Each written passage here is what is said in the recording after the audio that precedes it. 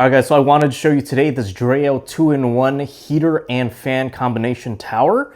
So this might be a great purchase for the fall season when the mornings are cold or the nights are cold, but the daytime still gets hot. You're able to use this for both times of the day, but it's also just a great way in general to save space if you're low on space and you need both a heater and fan. So I'm going to show you today how this thing works and how well it works. So you will see there are buttons up at the top for essentially controlling all the features, including the power button.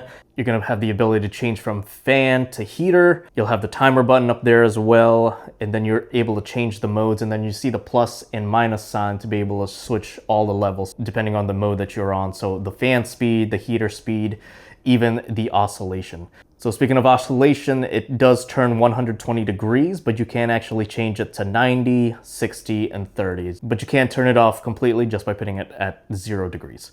There's going to be a nice LED display up here showing you exactly what mode you're on, what levels you are on, so you know exactly what's going on with the heater. Now, it does come with the remote control, so you don't have to touch this top part at all. Super convenient for controlling it from afar. All right, so let's turn this thing on. I'm going to show you the fan mode first. So in fan mode, you can change the level yourself. So it goes all the way up to 12 and then back down to 1 and anywhere in between.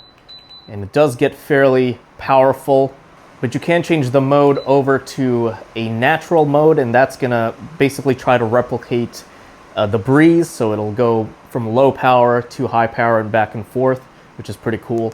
There is also a sleep mode, and so it's going to start at whatever setting you may have set it, and then it's just going to gradually go down throughout the night to basically, get lower in volume so it lets you sleep and doesn't keep you up.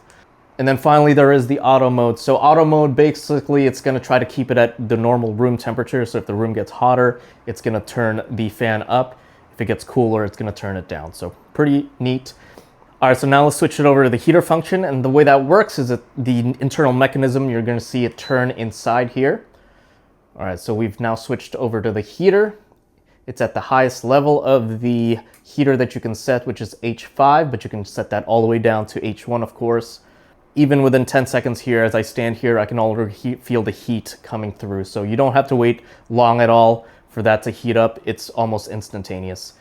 All right, so as I mentioned, there are 4 levels, but you can change the mode over to eco mode. So eco mode is essentially where you can change the temperature yourself.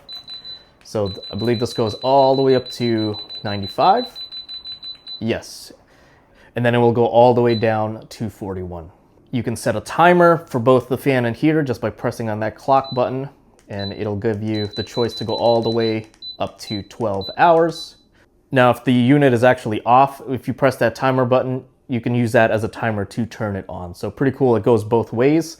And then finally, the oscillation, as we talked about, its default is 90 degrees, but you can completely turn it off or go all the way up to 120. Nice thing about this fan is that it does have 2 safety features. So one is overheat protection. So if it gets too hot for any reason, it'll just completely turn itself off. It also has tip over protection. So if it happens to lean over for some reason, it will just turn itself off. All right, guys, so I hope that helps you understand how this works and figure out whether it's going to be right for you. So definitely check it out today.